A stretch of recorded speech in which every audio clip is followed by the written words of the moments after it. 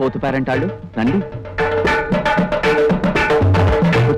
శ్రావణ శుక్రవారం నాడు ఇంతమంది మహాలక్ష్ములు మా ఇంటికి వచ్చారు. అదే నాకు ఆనందం. మన స్త్రీ ద్వేష సమాజం భార్య బాధ్యతల సంఘం ప్రథమ వార్షికోత్సవ సందర్భంగా మగవాళ్ళ పేరెంటానికి ఇంతమంది పోతు పేరెంటాళ్ళు వచ్చారంటే నాకు అదే ఆనందం. బాస్ వేరే ముఖ్యమైన పని మీద వెళ్ళారు. ఈ పేరెంట్ విషయం నాకు చూడమని.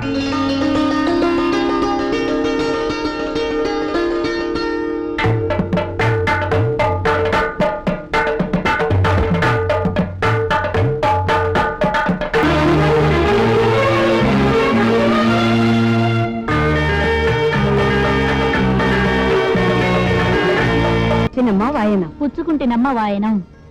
ఇస్తినమ్మా వాయనం పుచ్చుకుంటున్నయ్య వాయనం. ఇస్తీనయ్య వాయనం. పుచ్చుకుంటున్నయ్య వాయనం.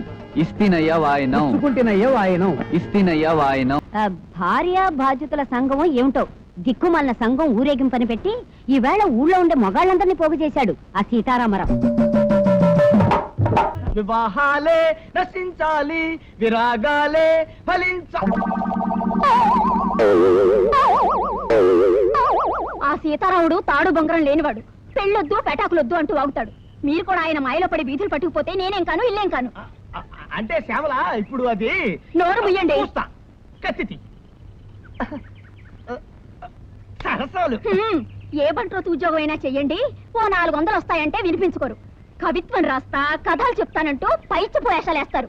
ఇంటాయనకి మనం 6 నెలల అద్దె బాకీ ఉన్నాం, గుర్తుందా? ఎందుకు గుర్తులేదే? ఆయన ఏమో తరో సినిమా తీస్తానండి, దానికి ఒక కథ కావాలని ఇప్పటికి నా చేత 1256 కథలు చెప్పించుకున్నాడు. కథ నచ్చితే అద్దె బాకీ మాఫీ చేస్తానంటాడు. ఆ దరిద్రుడికి ఒక్క కథ నచ్చి చావదు. వాడికి కథ నచ్చినప్పుడల్లా అద్దె పెంచా అంటాడు. ఆ అగ్గి పెట్టేంత కొంపకి ఓసారి నెలకి 1,50,000 దాకా అద్దె పెంచాడు తెలుసా? పైపెచ్చి వాడికి కథ వినిపించాలంటే ఆసరాలు ఎత్తి చావాలి. అదో చావు. బావగారు, మీ పెళ్ళైన 15 ఏళ్లకి మా అక్కయ్యని చూసి పెడదామని పొరపాటున భోపాల్ నుంచి ఇక్కడికి వచ్చాను. ఇలా మీ ఇంట్లో భోజనం చెయ్యాలంటే ఆసనం వెయ్యాలని నిజంగా నాకు తెలియదు బావగారు. ఆ భోపాల్ గ్యాస్ ప్రమాదంలో పోయినా బాగుంటేది. ఈ బాబు తప్పేసా. మాట్లాడితే ఆసనం పవర్ బాగుంది. మీరేమైనా అనుకోండి, నా వల్ల కాదు బావగారు. ఈ ఆసనాలు వేయడం నా వల్ల కాదు. నేను పోతా, భోపాల్ పోతా. నేను పోతా, భోపాల్ పోతా. ఇప్పుడు ఎట్లాగెళ్తావయ్యా? ఇప్పుడు రైలు లేదు. లేకపోయినా సరే పట్టాలు వచ్చుకుని పరిగెడతా. నేను పోతా, భోపాల్ పోతా. అదేంట్రా తమ్ముడు, ఎక్కడికి? అక్కయ్యా, నా ఒంట్లో ఉన్న అవయవాలన్నింటినీ సాకల మూట కట్టినట్టు కట్టిస్తున్నాడే బావా. ఈ ఆసనాలు వేయడం నా వల్ల కాదు. నేను పోతా, భోపాల్ పోతా. అదేంట్రా, ఓ 4 రోజులు ఉండేళ్ళు. 4 రోజులు ఉంటే 40 ఆసనాలు వేయిస్తాడే బావా. నా వల్ల కాదు. నేను పోతా, భోపాల్ పోతా. 15 ఏళ్ళకి వచ్చారు మా తమ్ముడు. అతన్ని ఇలా బెదరగొట్టి పంపించేశారు. ఏం మనుషులో ఏం లోకమో. నా గొడవ వదిలేసి అట్ట ఈదులోకి వెళ్ళి సోత్త నిలబడు. మన ఇంట్లో ఖాళీ అయిన ఈ వాటాలోకి అద్దెకి తలక మార్చినడం వస్తాడేమో. మరే ఈ వాటా ఖాళీ నెల కావస్తోంది. ఎంత నష్టపోతున్నామో. అదిగో ఆ ఎదురుగుండా ఉన్నాడుగా సీతారామారావు, అతనికి భయపడి ఎవ్వరూ మన ఇంట్లో దిగడం లేదు. చచ్చిపోతున్నాయి వెధవ గోలతో. రామరామ. కవే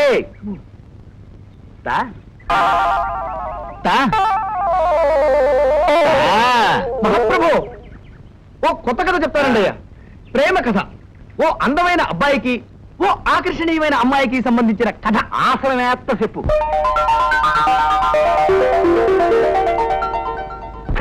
ఇంకాపు. ఈ రత్తు కోరగల సినిమా తీస్తే నేను ఆరిపోతా. ఈ కథలో ఇలను రాజుగారి బామ్మర్ది. మన సోషల్ కథలో రాజుగారి బామ్మర్ది తిట్టి చేస్తా. వద్దు, అదే ఎరైటీ. రాజుగారి బామ్మర్ది కిరీటం పెట్టుకుని వస్తాడు. ఆడిని చూసి హీరో లెగెడతాడు. ఆడి వెనకాల రాజుగారి బామ్మర్ది పడతాడు. ముందు హీరో, వెనక ఈలను. ముందు హీరో, వెనక ఈలను. చేజు. మహాప్రభు, ఈ ఆసనం వేస్తుంటే నా కోసాలు కదులుతున్నాయి. ఇప్పుడు నేను ఇది ఆపి పారిపోతా. మీరు నా వెంట పడతారు. ముందు నేను, వెనక మీరు. ముందు నేను, వెనక మీరు. చేజు. సీతారామరావు గారు, సీతారామరావు గారు. ఎవరది? అలా పిలవకండి, ఆయన కోపం వస్తుంది. ఆయన పేరులోంచి సీతను ఎప్పుడో తీసేశారు. ప్రస్తుతం ఉత్తి రామారావు గారే. ఏం కావాలి? ఆయన ఒకసారి కలవాలండి. మీరు కొత్త బాధ్యతలా? అవునండి, సంఘంలో చేరదామని వచ్చాం. అది అందుకే మీకు బాస్ గురించి పూర్తిగా తెలిసినట్లేదు. ఆయనకి 9 లక్కీ నంబర్. ఏ పని చేసినా 9వ గంటకే చేస్తారు. మండల ఆఫీస్ లో సింహాచలం 9వ గంట కొట్టగానే ఆయన ఉపదేశ మందిరం తలుపులు తెరుస్తారు. ఏమియా సింహాచలమయ్యా ఎద్దు నాగా ఎదిగిపోనావు సోంపేరి నాగా గంటలు కొట్టి నెలకి 50 రూపాయలు తేవడము తప్ప ఇంకో పని ఏమీ చెయ్యవేమయ్యా సింహాచలమయ్యా. ఏమియా బయట పని దొరకపోతే ఇంటో వంటైనా చెయ్యవేమియా? ఏమి అబ్బాయ్యా గిన్నెలంత తింటావో మాసం అంత తొంగుంటావో ఆ సిద్ధి దీనికయ్యా నీకే సీని కట్టుకుని వంట సీవియ్యా. ఏమియా పౌసం లేని ముడివియ్యా, మూతికి మీసం లేదు, మనిషికి రోసం లేదు. ఏమి జన్మమయ్యా నీది? నా కర్మకాలి నిన్ను మనవాడేనయ్యా. నీకి బదులు ఏ అడుక్కున్న వాళ్ళు చేసుకున్న సుఖంలో బతికేదని కదయ్యా. నాను ఎద్దునియా నీకి నాను వంట చెయ్యాలే పెంచముఖము దానా బామర్తియా నాను సీర కట్టుకోవాలయ్యా. దిక్కుమాలిన పెళ్ళమా నాను పౌరుషం లేనునియా.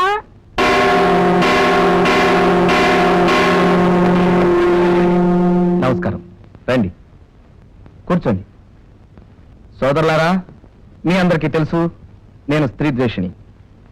ఈ జీవితాన్ని ఇలాగే వెళ్ళమర్చాలని నా కోరిక. నా తమ్ముడు కృష్ణమూర్తిని నా పంథాలోనే పెంచుకుంటున్నాను. మా ఇంట్లో మేమిద్దరం మగవాళ్ళమే. మా సెక్రటరీ కైలాసం మగవాడు, మా పని మనిషి సన్యాసి మగవాడు, ఆఖరికి మా ఇంటి గోడల మీద ఉన్న దేవుళ్ళ బొమ్మలు కూడా మగవాళ్ళవే. ఆడదేవతల బొమ్మలు మా ఇంటి గోడలను తాకటానికి కూడా వీల్లేదు. అసలు ఆడదంటే ఆడించేది అని అర్థం. స్త్రీ క్షణంలో ఏడుస్తుంది, క్షణంలో నవ్వుతుంది. ఏడ్చి మగాడిని ఏడిపిస్తుంది, నవ్వి మగాడిని ఏడిపిస్తుంది. మగాడి మనసుతో చెడుగులాడుతుంది, వాడి గుండెతో గోళీలాడుతుంది. ఎంతెందుకు, ఆడది ముళ్ళు, మగాడి అరిటాకు.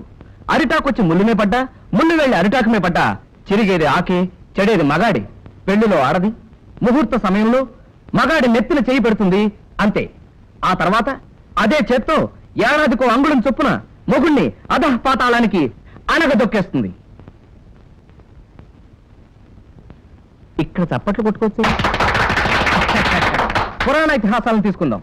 జగన్నాటక సూత్రధారి అయిన శ్రీకృష్ణుణ్ణి కాలితో తన్నింది సత్యభామ.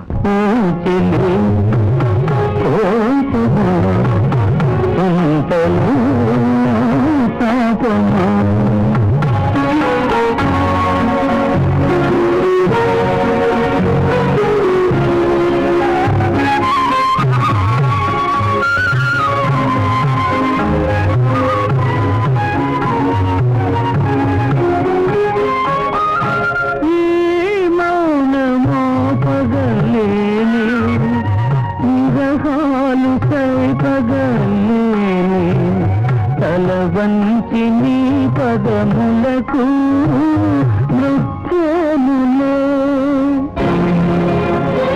సాక్షాత్తు శ్రీరామచంద్రుణ్ణి మాయలేడిని తెమ్మని పంపి ఇక్కట్ల పాలు చేసింది సీత.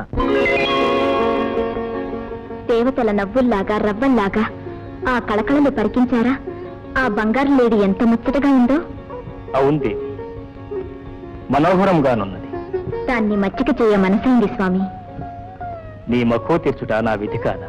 తప్పనిసరైన పరిస్థితుల్లో తను పప్పు రుబ్బుతున్నా తమ జాతిని పొగుడుతూ పాడేలా చేసింది ఈ స్త్రీ జాతి. లేచింది నిద్ర లేచింది మహిళా లోకం, తతరిల్లింది పురుష ప్రపంచం. లేచింది మహిళా లోకం. ఎప్పుడో చెప్పెను వేమనగారు, అప్పుడే చెప్పెను బ్రహ్మంగారు, ఇప్పుడే చెబుతా ఎన్నుకోబులమా. ఇప్పుడే చెబుతా ఎన్నుకోబులెమ్మ. విసన్న చెప్పిన వేదం కూడా లేచింది, నిద్ర లేచింది మహిళా లోకం. ఇవాటికి ఉపదేశాలు చాలు, ఇక వెళ్ళరండి. యథావిధి హనుమయ్యకి నమస్కరించి పంచసూత్ర ప్రమాణం చేయి కృష్ణ. అలాగే అన్నయ్య. ఆడదాని కేసి కన్నెత్తి చూడను, ఆడదానికేసి కన్నెత్తి చూడను, ఆడదాన్ని పన్నెత్తి పలకరించను, ఆడదాన్ని పన్నెత్తి పలకరించను, ఆడదాని మాట అసలు వినను, ఆడదాని మాట అస్సలు వినను, ఆడదాని ప్రేమలో పడను, ఆడదాని ప్రేమలో పడను, ఆడదాన్ని పెళ్లి చేసుకుని కష్టాలు పాలవను. ఆడదాని పెళ్లి చేసుకుని కష్టాల పాలవను. కళ్ళు మూసుకుని హనుమయ్యని ధ్యానించుకో కృష్ణ.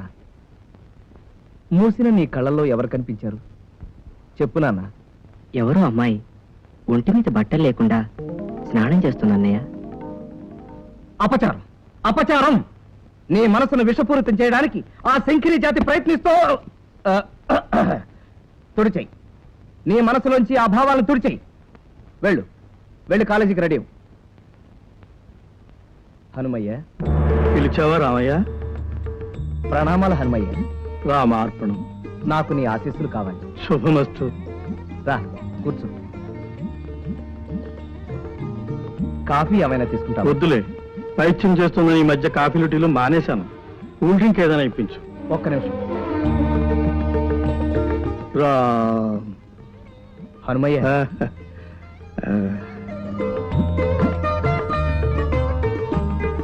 తమ్ముడు ఏమైపోతాడోనని భయంగా ఉంది హనుమయ్య. ఆ వయసు అటువంటిది రామయ్య. మనసు నీతి లేని కోతి లాంటిదైతే వయసు కళ్ళు లేని గుర్రం లాంటిది. కృష్ణుని వీలైనంత అదుపులో ఉంచడానికి ప్రయత్నించు. ఆ ప్రయత్నంలోనే ఉన్నానయ్య. రాత్రే నారదుడు, తుమ్మురుడు, గరుత్మంతుడు మేమంతా సరదాగా కూర్చుని నీ గురించే ముచ్చరించుకున్నాం. పురుష ప్రపంచానికి నువ్వు చేస్తున్న సేవ అద్వితీయమైందని అందరూ నిన్ను పొగిడారయ్యా. అంతా మీ దయ.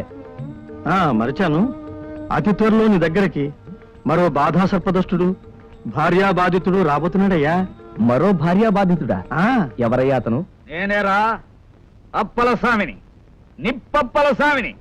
పోలీస్ డిపార్ట్మెంట్ లో పనిచేస్తున్న పైసా లంచం పుచ్చుకునేరగని హెడ్ కానిస్టేబుల్ నిప్పప్పల స్వామిని. నా జేబీ కత్తిరిస్తావురా గుండు సూది చేపెదవా నిన్ను?